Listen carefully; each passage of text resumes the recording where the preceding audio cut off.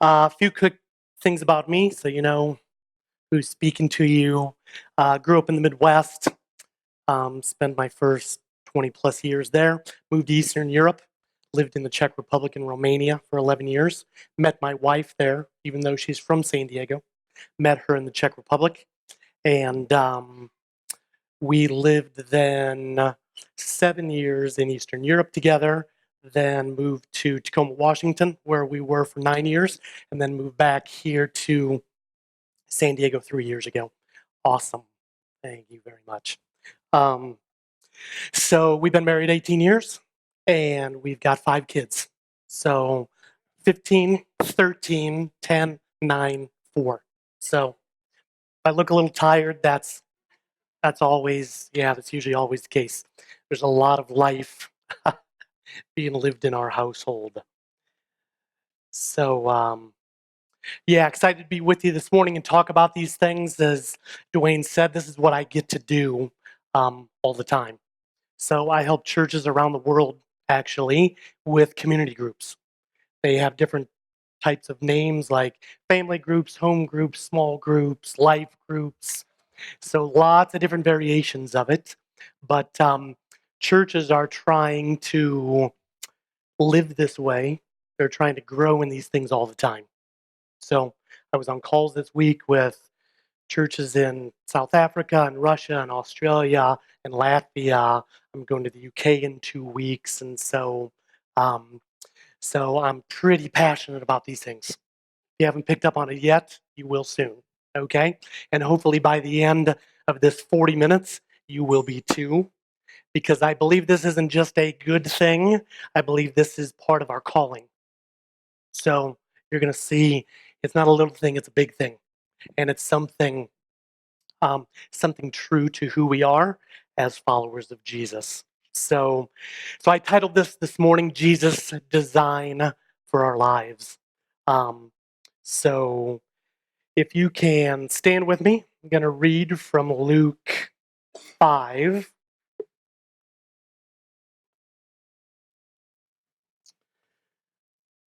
Okay. And so let's take a look at what Luke has to say here. And yes, we're going to be talking about living in community, so community groups, but we have to frame it in the proper context. Okay? This isn't a new idea. Okay? This is an original idea, which you're going to see beginning in this passage. Okay? That Jesus designed our life as his followers to be with him, but to be with each other in community that lives like family. Okay? So we're going to frame this in terms of how Jesus called the first disciples. Because that first call to the disciples 2,000 years ago, it's the same call for us today. Has not changed. So the things you read here, listen for yourself. Okay? Things he says here are for you and me. Okay? It wasn't just for these few people around him at the time. It was meant to be for the church throughout history. Okay? So as we read this together, keep yourself in mind as the recipient of these words to you as one of his disciples. Okay? So Luke 5, we're going to read 5, 1 to 11, and then 27 to 32. So one day as Jesus was preaching on the shore of the Sea of Galilee, great crowds pressed in on him to listen to the word of God. Okay? So he's already got a big following here, we see in this first verse. Okay? A lot of people following, interested, curious, trying to figure all this out. Okay, verse 2, he noticed 2 empty boats at the water's edge, for the fishermen had left them and were washing their nets. Stepping into one of the boats, Jesus asked Simon, its owner, to push it out into the water. So he sat in the boat and taught the crowds from there. When he had finished speaking, he said to Simon, now go out to where it is deeper and let down your nets to catch some fish. The big fishing theme here, obviously, and it's going to be a big deal for us, actually, by the end of this passage. Okay? It's talking about fish and fishing and being fishermen and fisherwomen. So, Master, Simon replied, we worked hard all last night and didn't catch a thing. Bad night. But if you say so, I'll let the nets down again. And this time their nets were so full of fish they began to tear.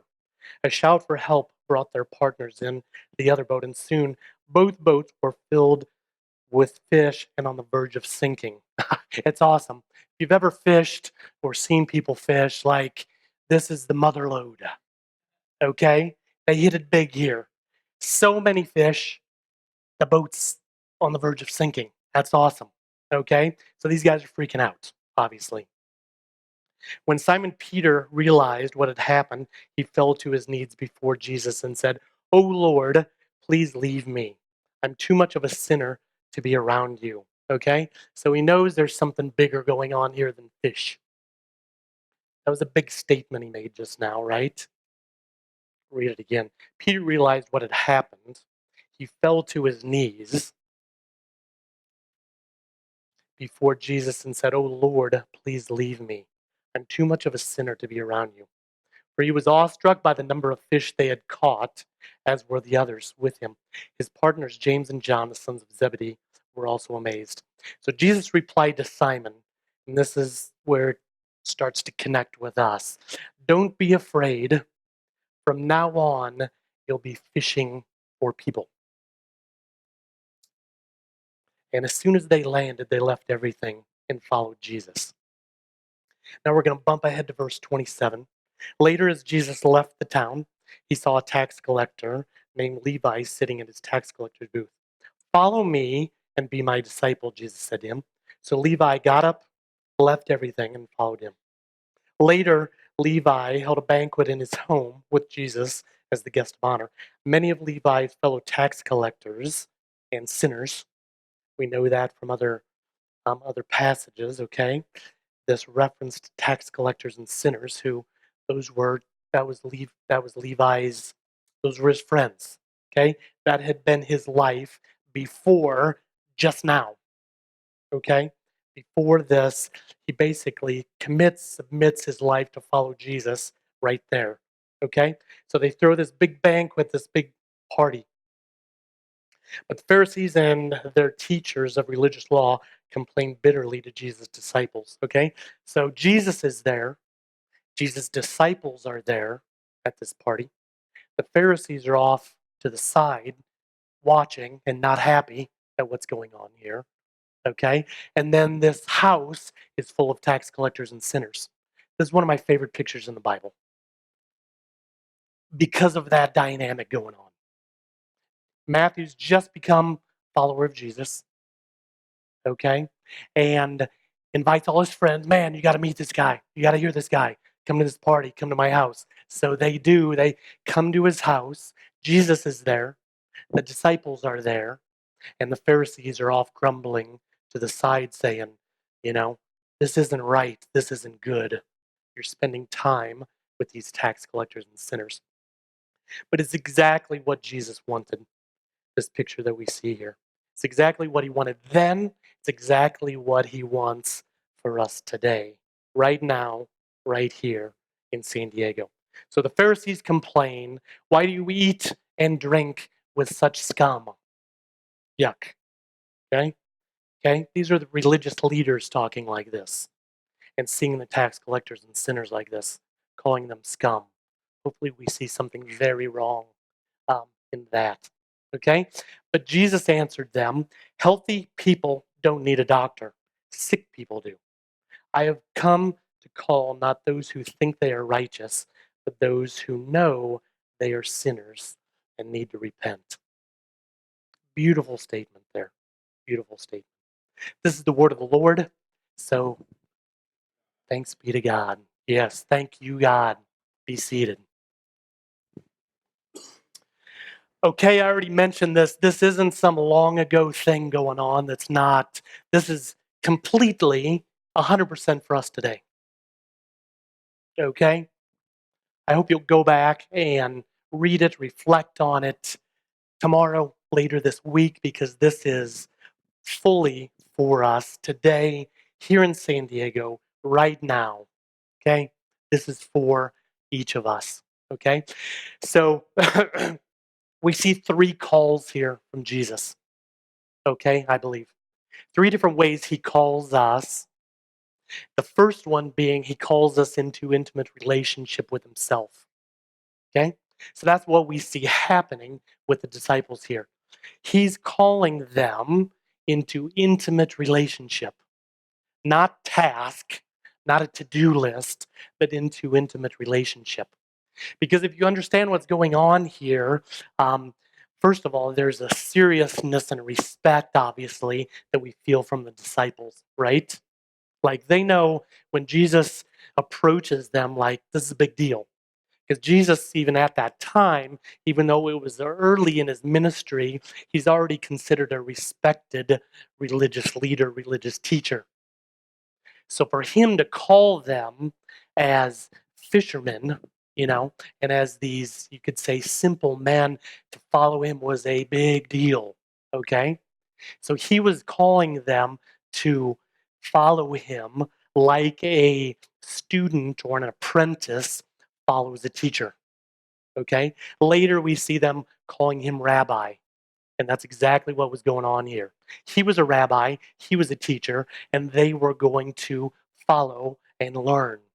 But if you understand in that day what that meant, it's intimate and it's complete. Like he was calling them to follow him with everything. Okay? High expectations. Not just follow me when you have time, guys. Or I hope you'll come along occasionally. Okay? This wasn't like optional stuff or suggested stuff. When Jesus called them into this relationship, the expectation was high, as it is for us. Okay? So he calls these guys, he basically says, lay down your nets. What's he saying there? Lay it all down, guys. Lay down your fishing nets. But this was laying down your occupation. This was laying down your family. This was laying everything down to become an apprentice, to become a follower, to become a student. So the expectation was high. So what does that mean for you and I? Today, 2019, San Diego. Same high expectation. Jesus wants us to have him at the center of everything. Not a little bit of him, not occasional him, not optional him, not suggested him, but him at the center of everything. Center of our job, center of our family, center of all our relationships, our money, our time, our hobbies, everything we do, that he is the reference point. He is the central thing that we organize life around and we see life through. So when you think about work, how do you see work through that lens of Jesus at the center?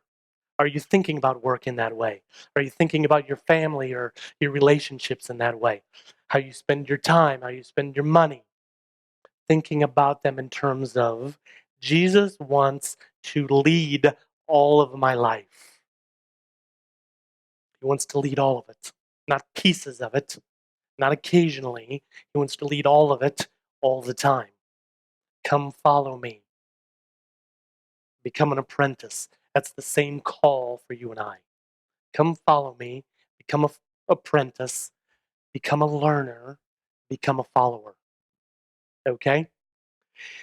But as I say those things, a big question for us is, does that sound like good news? Or does that sound like icky? Like I don't know if I like that, or I don't know if I want that, or I'm not sure about all that. Sounds like too much or too big. Okay?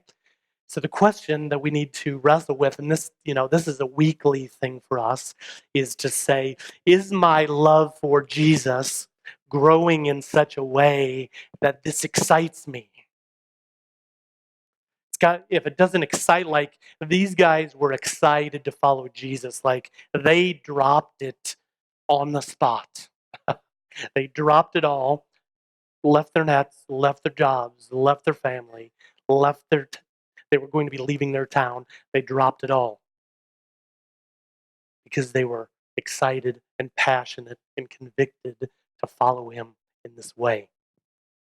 Okay? So is our love growing in such a way that we've got that happening in us increasingly, where this excites us?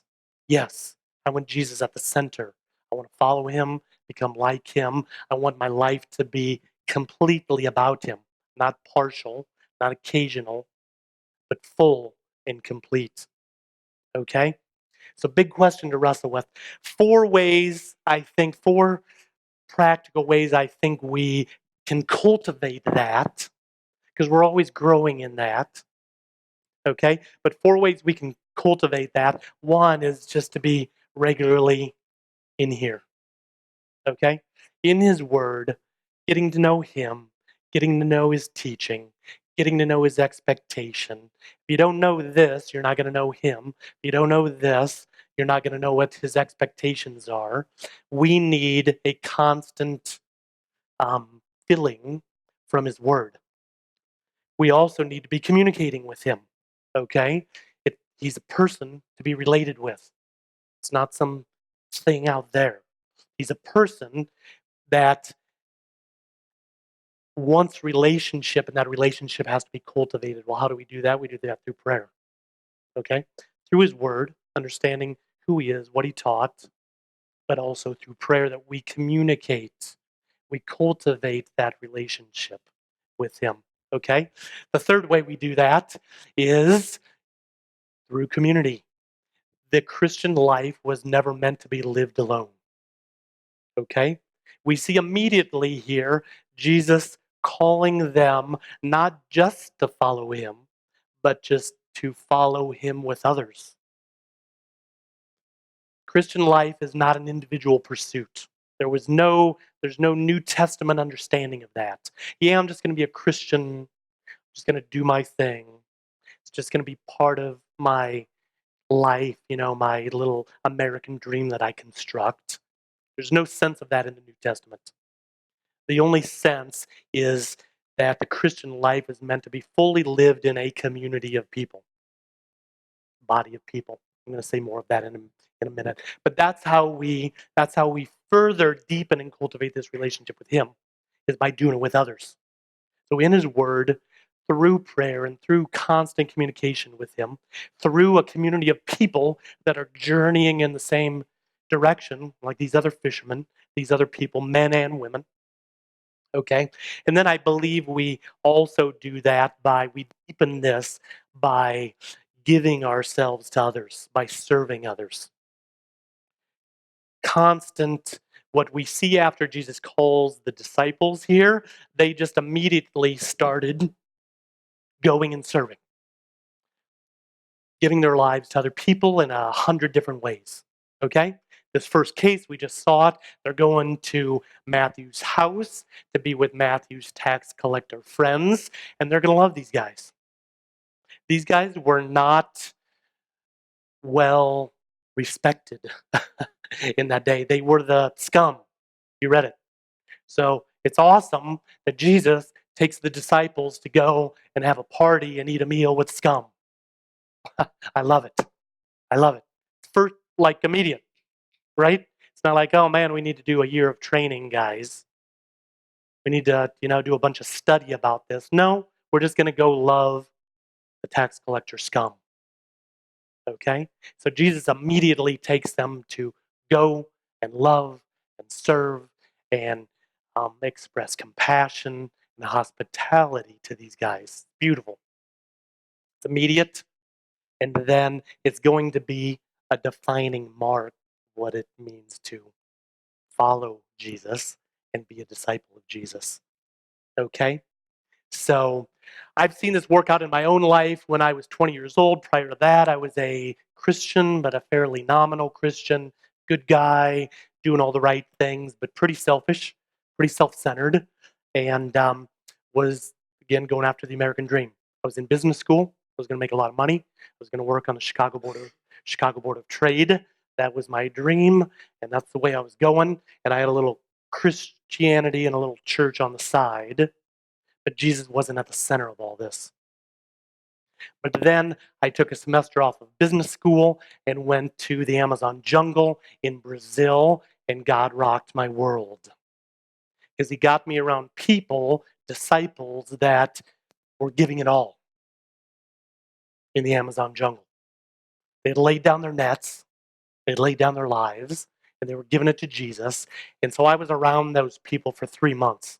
And we were in the Word, and we were praying, like I said, and we were out in the jungle and along the river, the Amazon and the Tapajos rivers, and we were loving people and serving people. And those 3 months flipped my life.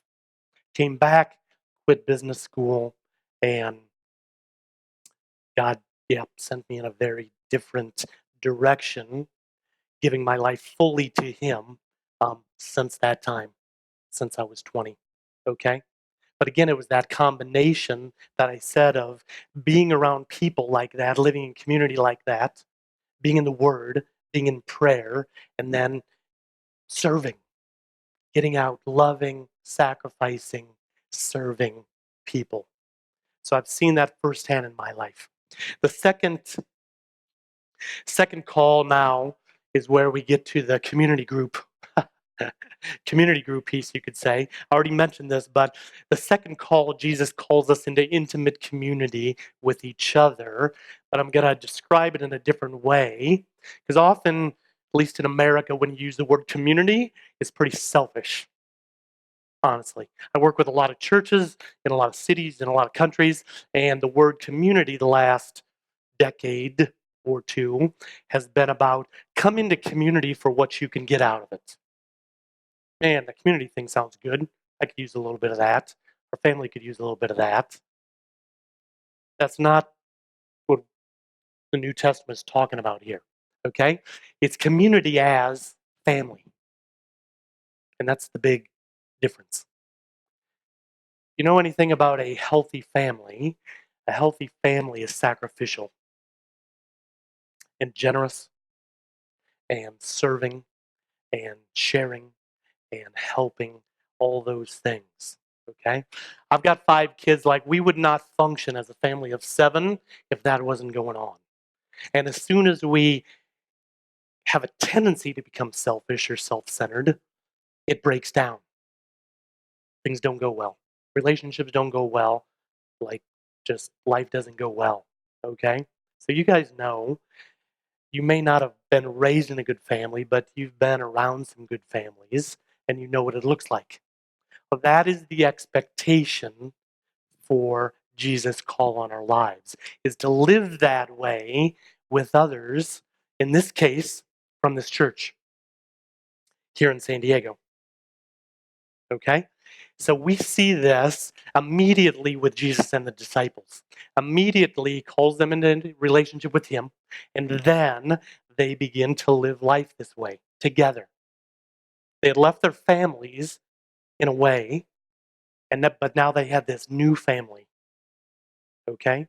They had this new family that was going to live sacrificially, generously, compassionately, serving, helping, sharing. And that's what we see in the next chapters in the Gospels. With Jesus' time with the disciples, the next 3 years. That's how they lived as family. And then we get to the book of Acts, and guess what? Just continues and even starts to grow and multiply. Okay? Where we see the first churches being started and planted, and they were living this way. Okay? Living in community like family. And then we see it keep going after that. Okay? If you study things out in the book of Acts, and then in the first 1 or 2 centuries of the church, in church history, same thing. The church grew and expanded and had such a big influence because the church was living life like this. Jesus as the center, but life together as a family. Okay? And it caught fire And that's why we're here today. We're here today because the early church committed to live like family, had such a powerful influence on people and cities and countries that it's how the church is all around the world today. Why we're here today is because they were committed to living life this way. Okay? So again, the big question, are you committed to this way of living right now? If you're not, let me encourage you. Jump in. Okay? It's how Jesus designed our lives. It's how he designed this life with him to be lived for him, is not individually, but in community as family. It's him at the center, in community as family. Okay? And so this isn't as we look at the New Testament and this passage and many other passages, this wasn't a suggested or optional thing for his followers. It was an expected thing. Okay?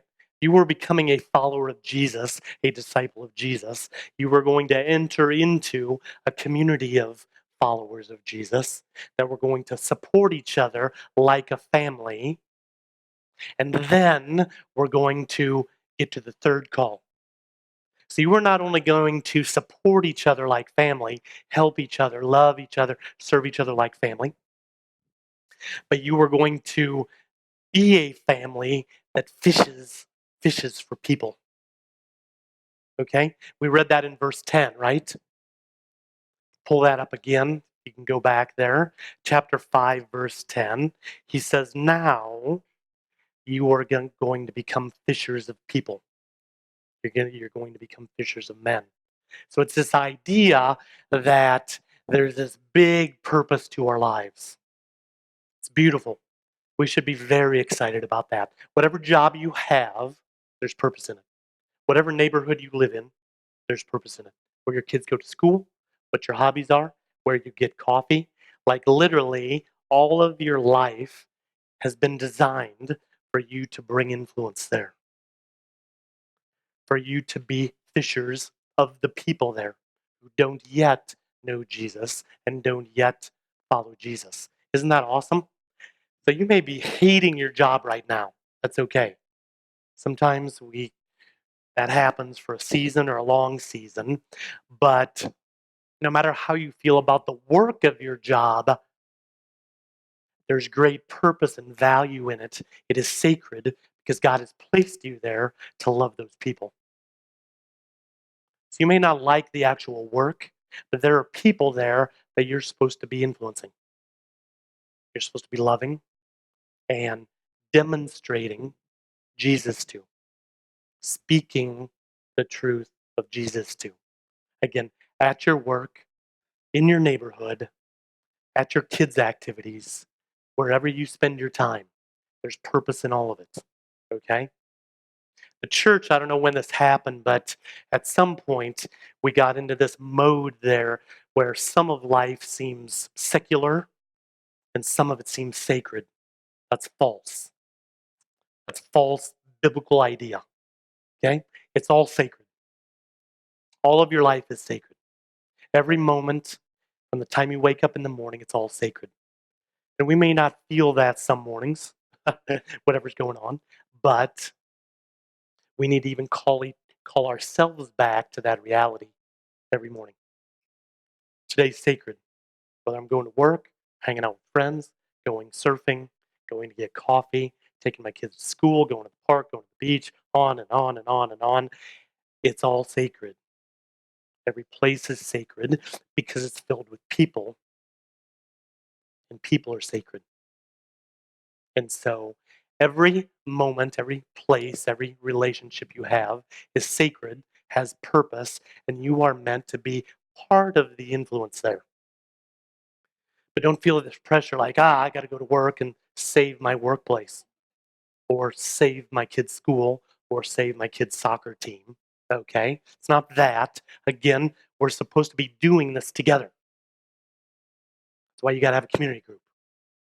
You figure out how to do it together. So how do we together love this neighborhood?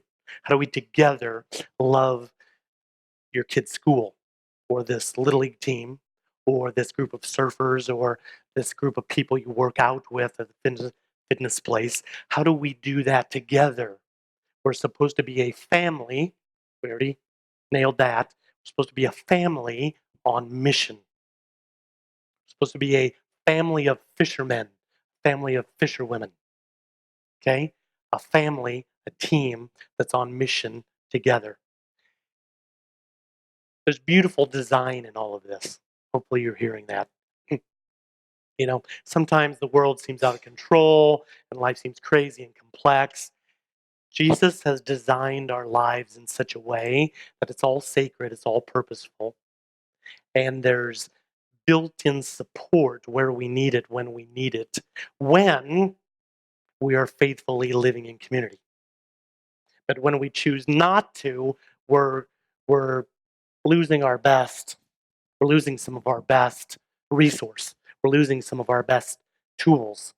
Those people that can help us live life deepening with Jesus and live life loving and pursuing the people that God has placed around us.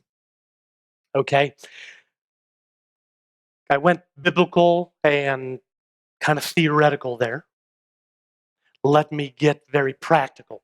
Okay, so the stuff that I'm describing, living life this way, with Jesus as the center, with Jesus as the center of a community living like family, and then Jesus living at the center of community living like family that becomes fishers of men and women, okay?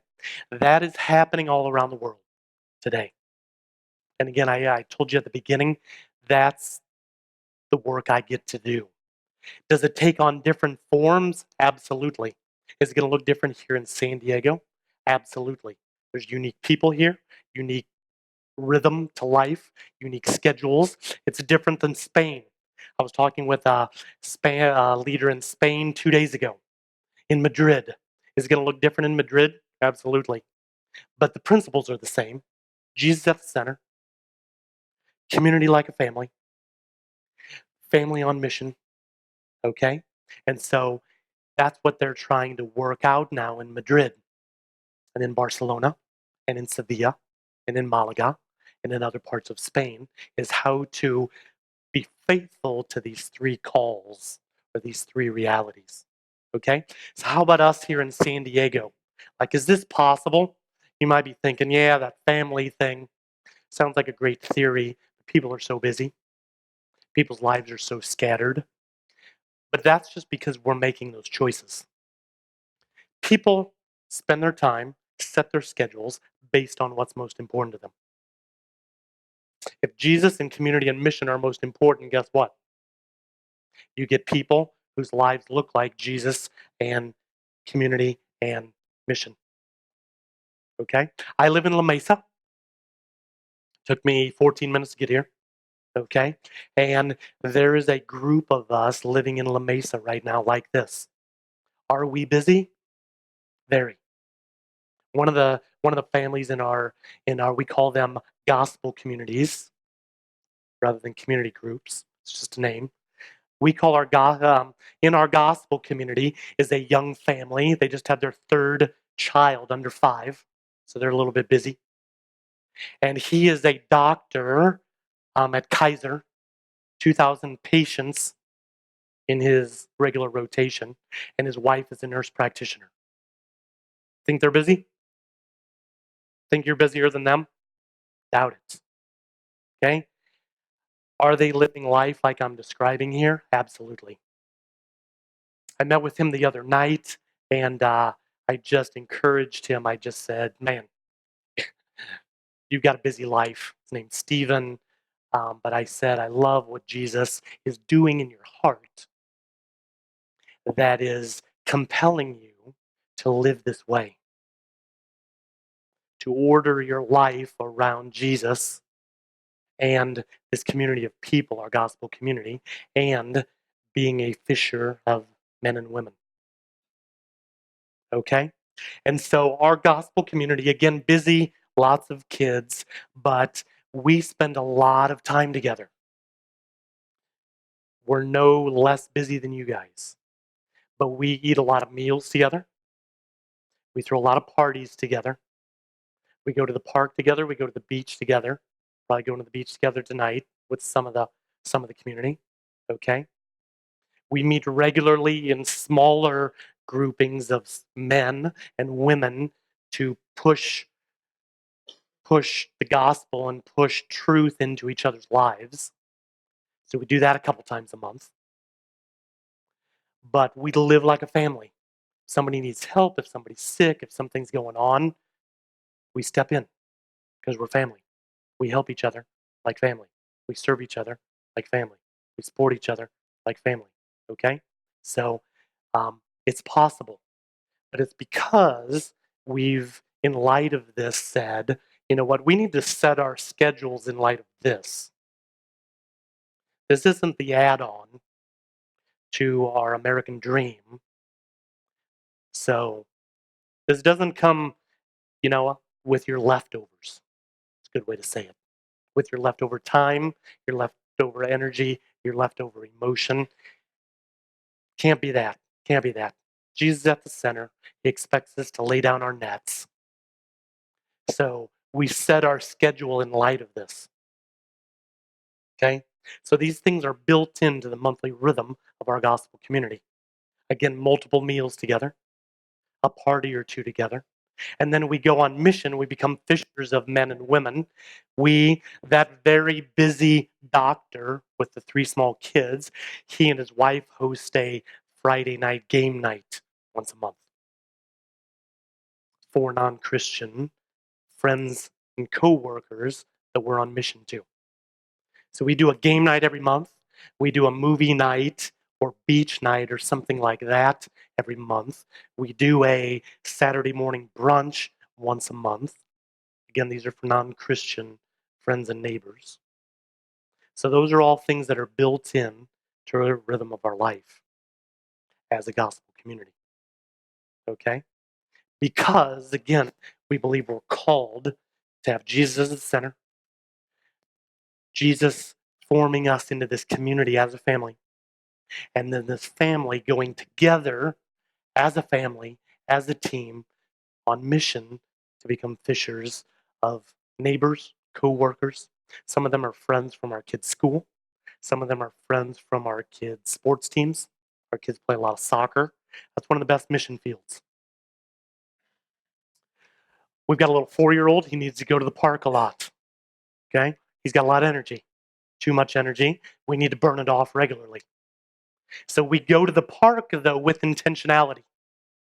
We go to the park saying, okay, we need to burn off some juice, but we're going to go to the park and say, God, who's here for us to get to know? His family's at the park. Who's there? But we go to the park with that kind of intentionality together, not as individuals. And not everybody all the time. It's not like, families don't function like that. The whole family's got to be there or it doesn't count somehow. That's silly. Okay? Sometimes it's part of the community doing something at the park, part of the community doing something at the beach, part of the community doing the game night, part of the community doing the movie night. So it's not everybody together all the time.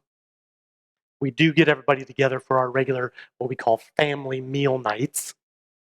For us, that happens 2 Sunday nights every month, family meal night from 5 to 8. And that's where we eat like family, with all the kids and all the chaos. Okay? We eat like a family, we love and we talk like a family, and then we spend time digging into each other's lives like a family. Sometimes there'll be non-Christians there, so we love them like family, and we talk to them like family. Okay? But yeah, family, fishing, on mission together. Okay? So I say all that because I want you to be encouraged. This is possible. And not just possible, I believe, again, in light of what we read here, this is our calling of how God has designed our lives to live in San Diego. Wherever He's put you, whatever whatever part of San Diego, to live with Jesus center, all of life sacred, but to live in a community group that loves, serves, supports each other like family, but then doesn't like get consumed with themselves. Because from the beginning of this, we say, I'm going to make you fishers of people. Okay? So it's meant to be extended. Your community group is meant to live life together as a family on mission. To extend that to coworkers, to neighbors, to people you meet walking your dog. Okay? We live on a street in La Mesa, somehow became like the dog walking street. Don't know why exactly, but lots of people, dozens every day, walk their dogs or walk their kids. Okay? Dogs or kids, one of the two. Okay? But the cool thing about that is we have gotten to know many people, many families as they walk their dogs because we're like, okay, God's got something in this. It's all sacred. People walking their dogs is sacred. So we've got to reach out to them, pursue them, love them, get to know them, invite them to a game night, invite them to a meal, invite them to the beach, invite them to the park, because that's who we are. And that's how our gospel community sees themselves as people together as a family on mission. Okay? So I guess after this, you are going to go somewhere out there and you're going to, I guess, potentially talk about forming new community groups. Okay? I'm going to be a little hard here, but I said it already. I don't believe it's optional. If you're a committed member here, committed part of this body, in light of Scripture, that's for you. It's not an optional thing. It's not a suggested thing. What a faithful Christ follower is going to do as they follow Jesus as a family on mission. Okay? So when you get out there, stay as long as you need to figure it out. Like, okay, here's a community group we want to be part of. They're in La Mesa or they're over here, Point Loma, who knows where.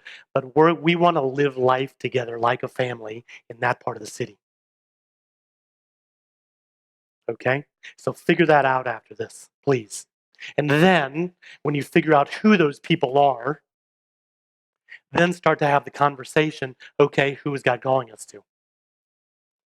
We know we're supposed to be fishers. That's part of our identity, part of who we are. We're supposed to be fishers of people. So let's figure it out, community group. Who are those people? And then you start making, like I said, different decisions and different choices about your schedule. And everything I just described, did any of that sound like, man, I don't want to do that? I don't want to do game nights or meals or go to the beach. Did any of that sound like hard stuff? It's amazing. It's like if you were just going to selfishly design your schedule, wouldn't you fill it with those things? Meals with people, game nights, movie nights, beach, park, parties. Good, good. We throw a lot of parties. Okay? Christians in San Diego should be known as the party people. But are we? Not so much. We should be the most celebratory people in light of the gospel. We should be the most celebratory people in San Diego. I joked about it a little bit. Shouldn't be a joke. We should be known as the party people, but partying in light of the good news of the gospel. We are changed people. We are new creations, and it's forever. I mean, it's silly, good.